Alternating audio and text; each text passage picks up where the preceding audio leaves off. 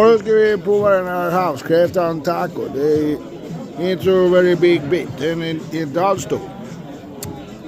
Men vi kan prova den. Vi lägger väl ihop den sådär som man gör med en taco. Ser du?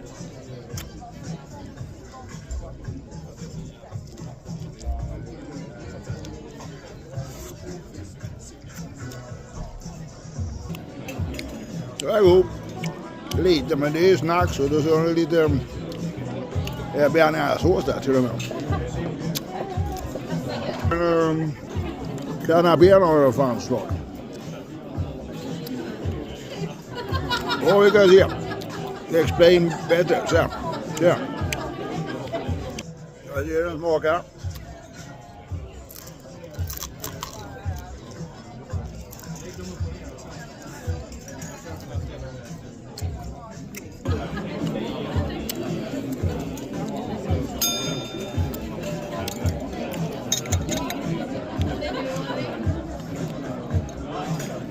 Ja, men.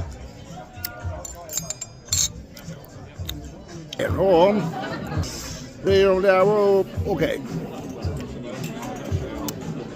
Nu tar vi den här grejen. Vi lägger väl på det där, den där smeten. Vi lägger på det. Det är lite en mackare.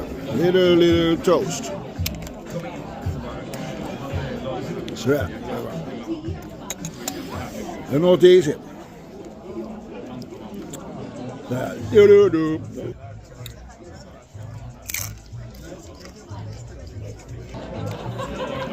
Lever parfait. Perfekt. Suverän. Den är bra. I don't know about that, men det blir säkert bra. Slussporten. Det är ny test, glas vitt vin till det. Alldeles gott. Tjena. Det är inte lätt att vara influencer.